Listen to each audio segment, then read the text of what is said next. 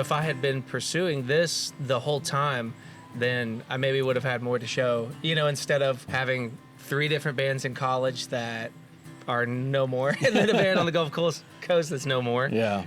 But finally now, certainly so, which is great because everybody is invested and wants to keep it going, And so, yeah, this is not me breaking out on my solo career.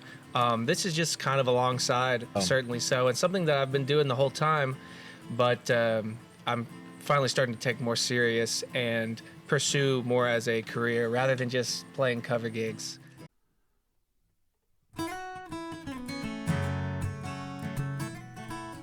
Welcome to Curious Goldfish, a podcast community where music and curiosity come together through interesting conversations with the music makers of our world. I'm your host, Jason English.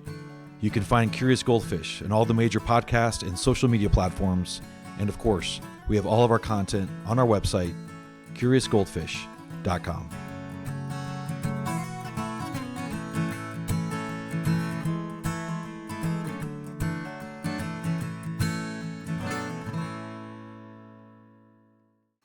Welcome back to the Curious Goldfish podcast. I'm your host, Jason English. So I was hanging out in Nashville last fall for Americana Fest, and I had the chance to sit down with someone who really knows the push and pull of finding your own voice. Tanner Lee Gray is a name you might recognize if you follow the band Certainly So. They've been making some real waves lately, but Tanner has been carrying around a collection of his own songs for a long time. We got to talking about the reality of being a full-time musician. It's rarely just about the stage lights. For Tanner, it's meant years of grinding out cover sets for tourists down on the Gulf Coast just to keep the lights on and the tour van moving. He actually holds an engineering degree from Mississippi State, but eventually realized that playing 7 nights a week was the only way to stay true to the craft. What I find most interesting about Tanner is about how much home influences his sound. And for him, it's not just one place. He's got those deep roots of Birmingham, but the salt air of the Florida Panhandle and the grit of New Orleans are also baked right into his solo work. It's a bit more country than his band stuff. It's the kind of music that feels like sitting on a bay boat with a cold beer, just trying to figure things out. We dig into all of it, the sacrifice of touring, the way he balances a serious relationship with life on the road, and his obsession with finding the best small towns in America. Now, most recently from Nashville, Tennessee, here's Tanner Lee Gray. Let's dive in. Hey, Tanner. Thanks for your time, man. Absolutely. Thanks for having me. Yeah, good to see you again. So we met probably, was it earlier? Yeah, it was earlier this year down at the 30A Songwriters Festival. Yes. You guys, so you're part of a band called Certainly So. Yes. And I think you did the opening night at, is it AJ's? We did. That was fun. Yeah, and you guys sounded so good. Thank you. So good. And it. I saw you around seeing some of the other acts and stuff, so we connected. But we're here in Nashville during doing interviews for Americana Fest. You live here now, right? I do, yes. Yeah. I've moved up here right before the pandemic started. So I guess right like spring of 2020. So okay. What is it now? 2025? Yeah. So yeah, 5 years. 5 years. Yeah. All right. So I know Certainly So has its own story, and it's a really, really cool story about friends, and some of you are from Birmingham, some of you are from Jackson, but I want to ask you some questions because you're doing your own stuff. Yes. As kind of a singer-songwriter. So I guess, how long have you wanted to do that? Well, it's funny because I have been doing this for a while. Yeah. Before Certainly So ever started, before I had other bands down when I lived on the Gulf Coast, a band called the Gray Tones. But all before that, I was doing this and I was recording and writing my own music when I was in school at Mississippi State. But I never really considered it worth pursuing. For some reason, I felt like I always had to have a band. Okay. And, after like having several different bands in college and then a band on the Gulf Coast around 2017, 2018, and then starting Certainly So, I realized that, I wish that I would have been pursuing this on the side the whole time. I don't regret doing any of the bands. I enjoy playing with the band. It's really fun. Yeah. But bands come and go, like members change, the band changes, you lose a lot of momentum. And so, if I had been pursuing this the whole time, then I maybe would have had more to show, instead of having 3 different bands in college that are no more, and then a band on the Gulf Coast that's no more. Yeah. And then, but finally now, certainly so, which Yeah. is great because everybody is invested and wants to keep it going, you know. Yeah. And so yeah, this is not me breaking out on my solo career. This is just kind of alongside of Certainly So, and something that I've been doing the whole time, but I'm finally starting to take more serious and pursue more as a career rather than just playing cover gigs Right. for tourists at the beach. Yeah, you know? right. Are you doing it because you have something to say that's more personal? Or something to get out of? Not necessarily, you know. I'm doing it because I have my own style that's different from Certainly So. Okay. And I have songs that I write that are different from the Certainly So project that don't fit with Certainly So, but I still love them, you know. And I grew up in Alabama. I went to school in Mississippi, and I do really enjoy country music, but Certainly So is not a country band. Yeah. And so this music that I've been doing myself has a little bit more of a twang, not, you know, not like Jason Aldean or something like that, but it just has more of that Southern flair to it that doesn't really come through with the songs I write with Colby and the other guys in Certainly So. Okay. They kind of take it away from that and bring it more towards just more influences, basically. Okay. Yeah.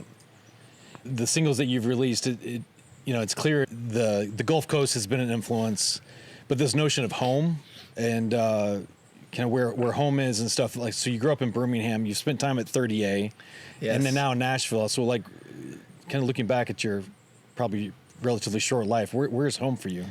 Home, well, see, so like, I have a lot of different homes now, obviously, but the original home I grew up in is in Birmingham. Yeah, yeah. It's in Chelsea, which is like 30 minutes outside of Birmingham, going towards Auburn. Yeah. And that's home for me. My dad still lives there, but my grandparents lived in Miramar Beach, Florida, since I was a kid, like since I was a baby. So I've been going there every summer, every year of my life. There's not a year that's gone by that I haven't gone down to the beach at least 2 or 3 times. And when I graduated high school, my mom moved to the 30A area. Okay. So then I started to live there in the summers. So I would, get out of school, go down to 30A, live there all the way until school started again. And then when I got done with college, I lived in New Orleans for a little while and then moved to 30A for 4 or 5 years. Yeah. So that also feels like home in a different way. Probably at this point more so than Birmingham. Yeah. Just because I have tons of friends and family, and I go down to the beach all the time, more than I go to Birmingham. But my dad still lives in Birmingham, and I still go back there all the time as well. It's just different, know. It's like childhood memories versus like more present memories. Do you think Nashville will ever feel like home? I don't know, that's a good question. I haven't really thought about it. I'm sure it will. I mean, I've lived here for 5 years, and I'm definitely going to be here until the end of November when my lease is up, but I don't know if I'll stay here after that. Yeah. But I don't know if I'll get that nostalgia feeling of home about Nashville until I've probably been away for a couple years, and then I'll come back and be like, oh, this does feel like home. Because I have spent a lot of years here, Yeah.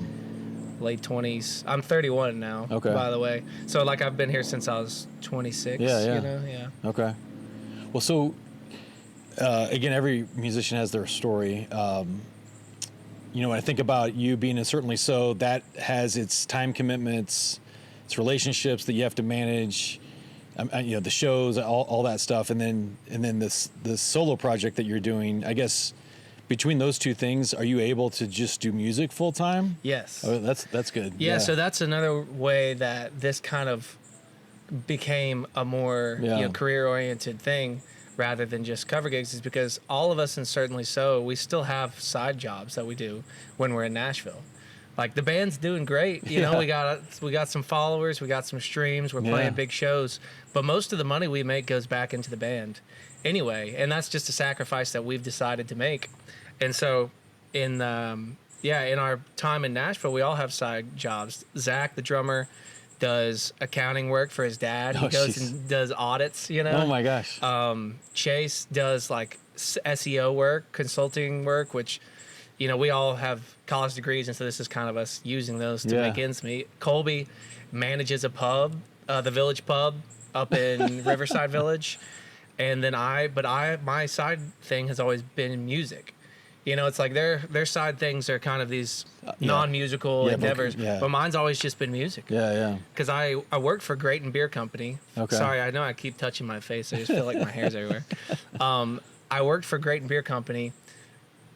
That's down in 30A. Yeah, down in 30A. Yeah. They make the 30A beer, 30A Beach Blonde. Yep.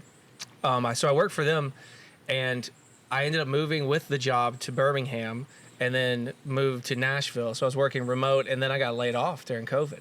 And that's what really was the final push that brought me back full-time into music, because before I had that job, I was just doing music and going to school.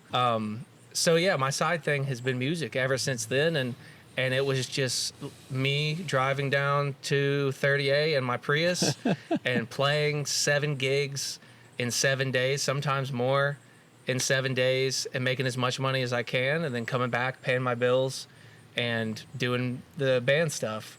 And so that's, at a certain point, I kind of became tired of that, having to go down there and play 7 shows in 7 days and really watering myself down so that I can do it. And I'm like, I just really need to start doing this legitimately, like I'm doing with Certainly So, and do tours, release music. You get money from streaming. It's not a lot, but streaming for income for one person is a lot better than it split 4 ways. That's right. With 4 other guys. So yeah, it just my wheels started churning. I was like, you know what? I need to pursue this for real and try to set it up legitimately, like I have with Certainly So, because the payoff is better in 2 different ways. Yeah. Financially, it's also better once you get those passive streams of income, Mm-hmm. But it also is a better payoff because you're going and you're playing your own music. Yeah. And you're playing for people that want to hear it instead of playing cover songs at the beach, Right. for $20 in the tip jar. Yeah, sure. Well, so you mentioned, the college degrees. Are the Mississippi State diplomas, are those considered like legitimate degrees? Are they? Yes. They are legitimate. Mine's an engineering degree, so it's legitimate. Now the other guys, I don't know. They got a business degree, accounting degree. Actually, I think the accounting program at Mississippi State is decent. Is it all right? Okay, good. But no, I actually just went back to Starkville this weekend for the football game. Oh, the football, that was a big win. And I catch a lot of shit from my girlfriend because she went to UGA. Oh, okay. And she does the same thing, this isn't a proper education. But after seeing Starkville and seeing the campus, she was like, okay, this is a legitimate school. No, that's cool. But no, I love Mississippi State. Why'd you go there if you grew up in Alabama? Well, the big reason I went there was for scholarship money. Okay. So I tested well, and I got a lot of scholarship offers from various schools, but it was actually more cost effective for me to go out of state to Mississippi State because they had offered me a certain amount of scholarships than it was for me to go to Alabama or Auburn. Yeah. I wasn't even considering Alabama because I hate Alabama. I grew up an LSU fan. My mom went to LSU. My dad's a big Alabama fan, but I grew up an LSU fan in Birmingham, which just really deep-rooted a hatred for Alabama because they all hated me because Nick Saban, was the coach back when I was in middle school and we were winning national championships, and then Les Miles. Yeah. So I hated Alabama. But I knew that I was good at math, and so I was considering engineering, and I was considering Auburn. Yeah. And obviously I got into Auburn, but it was way more expensive for me to go to Auburn than it was for me to go to Mississippi State. So I went and did a campus tour, and I really loved the campus at Starkville, and the people were just extremely friendly, and I had a lot of scholarship opportunities, and I just decided to go there, And it worked out because you met some of your bandmates there, right? Absolutely, yeah. It worked out great, and I always look back and think of it's one of the better decisions that I've made in my life. Yeah. Which I wasn't even really thinking about the money that much at the time. I just had a good vibe when I went there, and I knew that it was going to be cheaper. I was like, all right, well, might as well go here. Yeah. Well, we're not going to talk too much about football, but this might be the year that Alabama is there for the taking. Yes. And programs like Vanderbilt, like Mississippi State, and others that are, second tier, lower tier. I think this might be the year because I don't think there's going to be a dominant team in the SEC. No, I don't think so either. And, I was at the game this past weekend where Mississippi State beat Arizona State. And it was a great game. We looked great, particularly in the first half. Second half, not so much. Yeah. But I don't know, man. Like going to Mississippi State and being a Mississippi State fan since then, I just know to keep my guard up because Yeah. we are the kings of choking and basically getting people's hopes up and letting them down. Yeah. I went to Mizzou, so I know how that is. Yeah, dude. That's what I always say. I'm like, I'm so glad I went to Mississippi State because I don't have to worry about winning the game. I can just go and have fun. Yeah. You know, I don't have to sweat the W. How many cowbells do you own? I only owned one, Okay. you know, and I just bought it this weekend because I What? Really? I had one from when I was in college there, but Yeah. I lost it. Yeah. I've lost a lot of really prized gems over the years, but yeah, I lost it, and so I bought my girlfriend one because the rule is you're not supposed to buy your own cowbell. So Oh, technically, okay. I guess technically I don't own any, but my girlfriend owns one that's sitting in our house right now. Interesting. Yeah, I didn't know that. I didn't know that was a thing. Her arm was sore from clanging all Right. weekend. I bet she loved that. That's a Yeah, it was her fan. first time. She said she didn't have fun. Yeah. No, that's cool. All right, so you're 31. How has it been with relationships, romantic relationships, as a musician? That's I don't want to give you too much credit, but you're a relatively good-looking guy. Who's a Thank you. Hey, musician. same to you. Yeah, well, you're a little bit younger than Same me. to you. Yeah, how's it been with relationships, like being a musician? Yeah, it's been tough, man. I mean, it definitely takes a certain type of person to date a musician in general, but also a touring musician. And I had relationships when I was younger and I was doing music, and it didn't work out for various reasons that were related to music. Just difference of schedules, like a lot of people work during the day. Musicians typically work at night most of the time. So you're kind of just passing through and saying, hey, and then you're off to your thing. Also, like, you got to be really secure in the relationship, because jealousy can be a thing in combination of not seeing somebody very much, and this and that. But yeah, I've really found a gem with my girlfriend Ashton because she Awesome. puts up with it all great. Obviously, she doesn't get excited when I'm like, hey, we just booked a tour and we're going to be gone for a month and a half. Right. But she does her best to come visit when we're on the tour, and we spend as much quality time as we can when I'm in Nashville. And now that I'm, playing more solo shows and kind of touring around a little bit more, she is able to come along with that because it's just me. That's I cool. don't think she would really want to subject herself to sitting in a van for 17 hours with 5 other dudes, 4 of which are not her boyfriend. Right. But yeah, she does come down with me to the Gulf Coast a lot. I think this is from your song "Time and Money," but I don't know if this is about Ashton, but I love, like, you've got, I'll drink your coffee in the morning if you drink my whiskey in the night. Can't wait to wash another, I can't read my head around it. Yeah, what is it? We can't wait to waste another day. Yeah, we can't wait to waste another Counting all day. the ways to make things right. Counting all the ways to make things right. That's pretty good, man, for a Mississippi State guy. Yeah, Pretty articulate. I do grammar Yeah. sometimes, do a little poetry. But that's a beautiful sentiment. Thank you. Yeah, I've always loved that line, and that is actually an old song that I wrote probably 8 years ago and never did anything with, until now. Yeah, it's a great thing. It's like, I'll get up early for you in your free time if you stay up late for me in my free time. Yeah. And that's part of making things work. That's In great. these types of relationships is you just got to have a lot of give and take and compromise. So "Time and Money," and then you've got another one, "I Feel Free." Yes. Is that right? So are those 2 singles? Are you going to just keep cranking out singles, or Yeah, do that's you have the an plan. album? Yeah. I think I have maybe, I have a handful. I've got, upwards of 30 Okay. solo Tanner Lee Gray songs Yeah. that are not certainly so songs, but I have a group of like 5 or 6 that really go well together, and I'm planning to release them as singles over the next year or 2. Okay. And kind of delay the debut album until this whole thing is kind of more off the ground. More off the ground. Yeah, and there's a little more money to put behind a project, Yeah. and there's just, more forethought in the branding and the type of music I want to put out there, which is something I've been very conscious of. Yeah. It's like all musicians have a wide range of what they like and what they do, and like trying to be conscious and be specific about how you present yourself is really important nowadays, because Yeah. you got to have a thing. You got to have a thing for people to grasp onto, Yeah. What do you think that is for you? For me, I think I'm pulling inspiration from the Gulf Coast, you know. Okay, yeah. And that's not to say it's all just sand and dunes and water, but also New Orleans, where I lived for a year.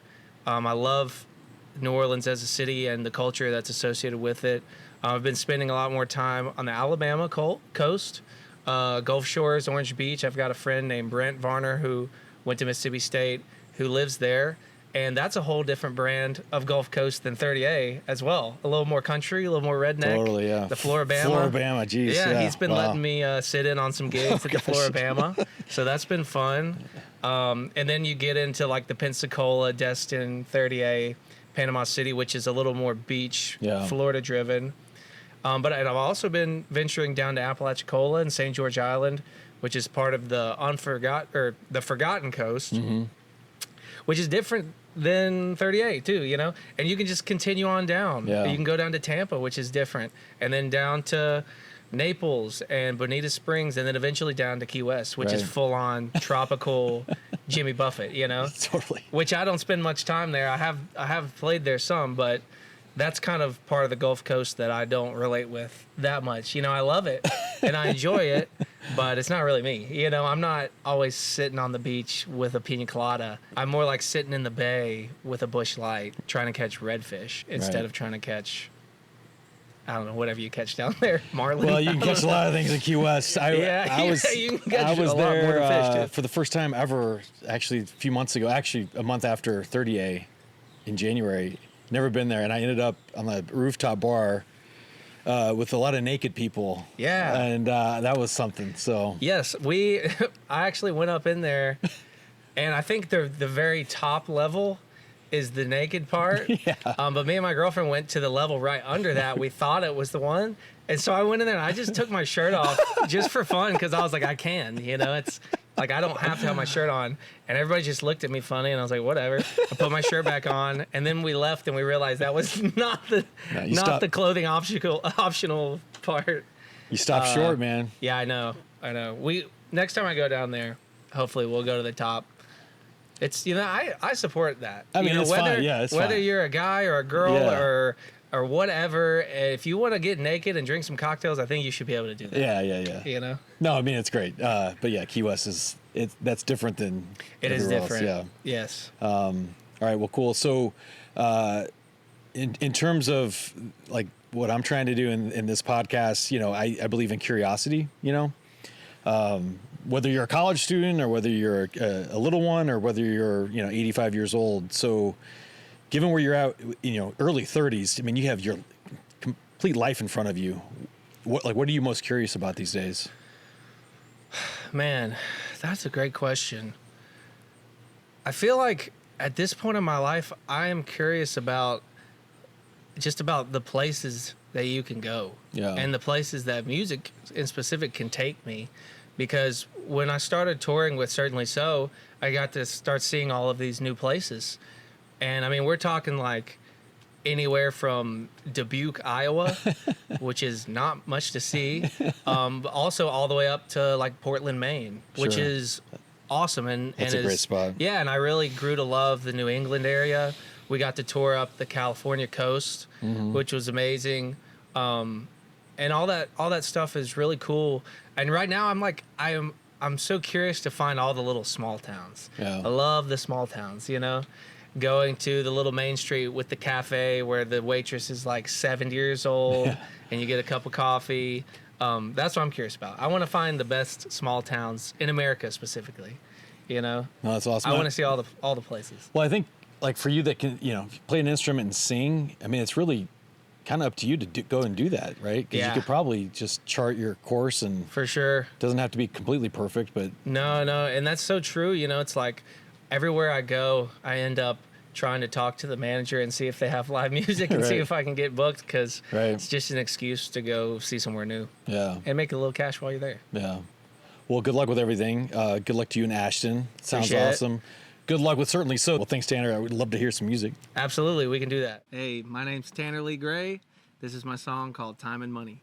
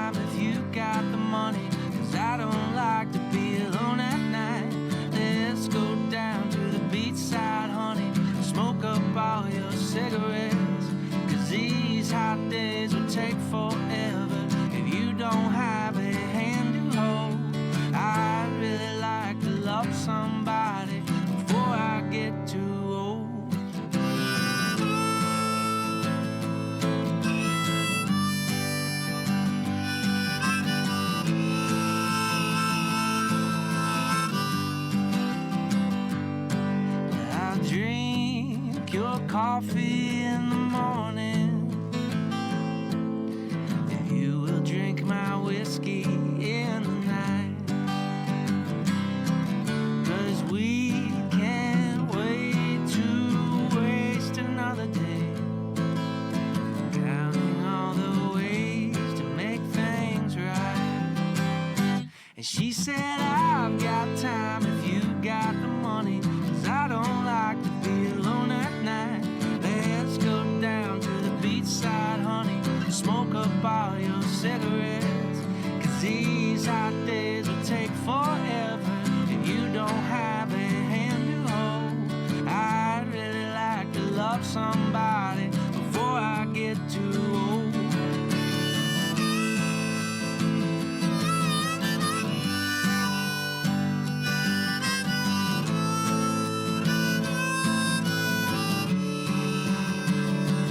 She said, I've got time if you got the money, 'cause I don't like to be alone at night. Let's go down to the beachside, honey, smoke up all your cigarettes, 'cause these hot days will take forever if you don't have a hand to hold. I'd really like to love somebody before I get too old.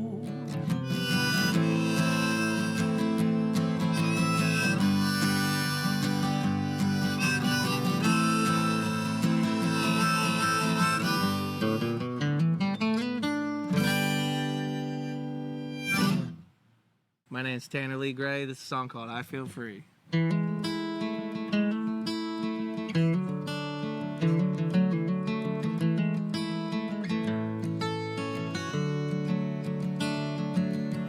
Booking it down south, stuck at a red light, lower Alabama. Nothing good except money on my mind. Yeah, the tourists are coming down, 'cause it's the springtime and everybody's waiting. They've been waiting since the summer last came around.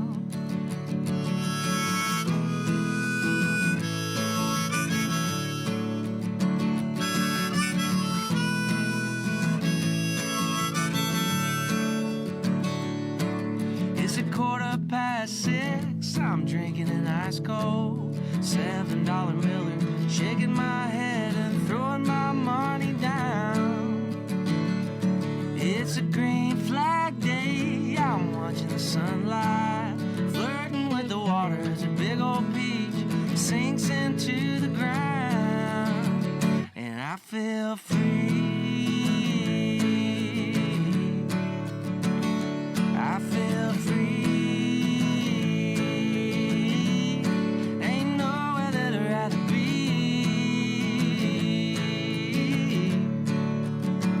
I can just be free.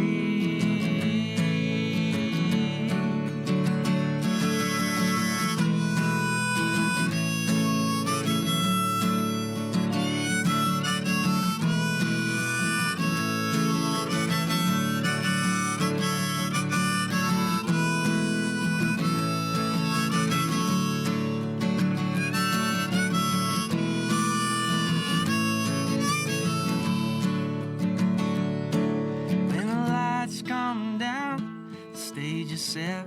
I can't fake it any longer. Gotta get up and make my mama proud.